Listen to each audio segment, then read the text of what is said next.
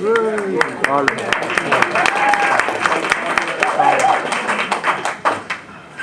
was about 3 weeks ago today that I received a text message from my dad's social media and communications manager. For now, JonWS. Your dad wants you to do a speech. No. And a day later, your dad doesn't want you to do a speech. The gig was off. Apparently I wasn't to be trusted. Then just about a week ago I was at my dad and Joe's house, and after strict instructions from the boss, that's Joe not Dad, I wasn't allowed to say I was back in. Then followed 5 emails, 2 phone calls and 57 text messages from Joe trying to influence me. Joe, it's my speech.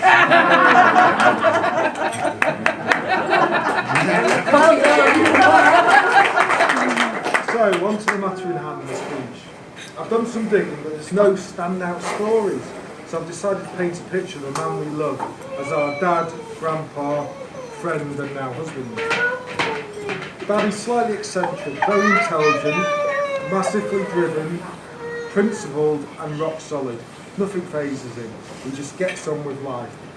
And his philosophy, life changes, nothing stays the same. He's absolutely brilliant. So, I was actually brought up and now drink in the same village. My dad was a GP. I've heard all the stories about Dr. K.W. Wells. He's renowned for being straight to the point and a real advocate of paracetamol.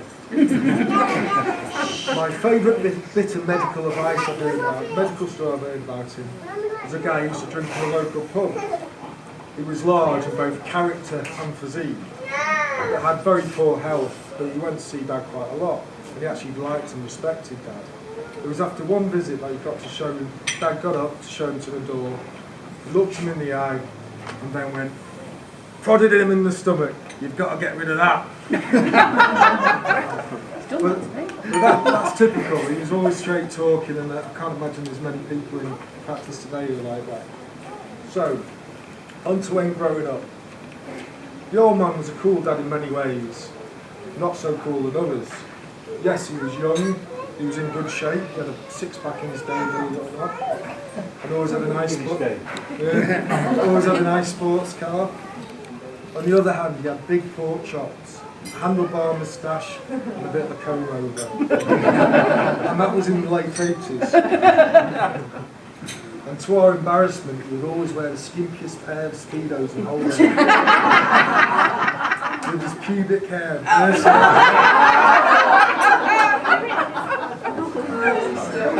But the defining dad moment for me was when he lined up in the school sprint at my sports day against Mr. Clayton. He was a PE teacher, tanned with a perfect black mullet, every bored housewife's dream. Dad rocked up to the starting line, took off his sandals and burned him completely. Go Dad! And that gave me bragging rights in the playground for many, many months. So, Joe, you look great today. Yes. Yeah. I put it was about 6 years ago. It was 7 years ago, wasn't it? 7 years now.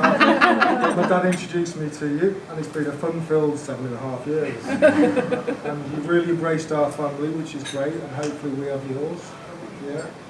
And I think you bring the best out of Dad, and hopefully he brings the best out of you as well. And that's for me what marriage is about. Not that I'm, the sum of both is greater than the individual parts. You're a team. So here's to a happy marriage and a really fun-filled retirement. Thanks very Join much. Dad.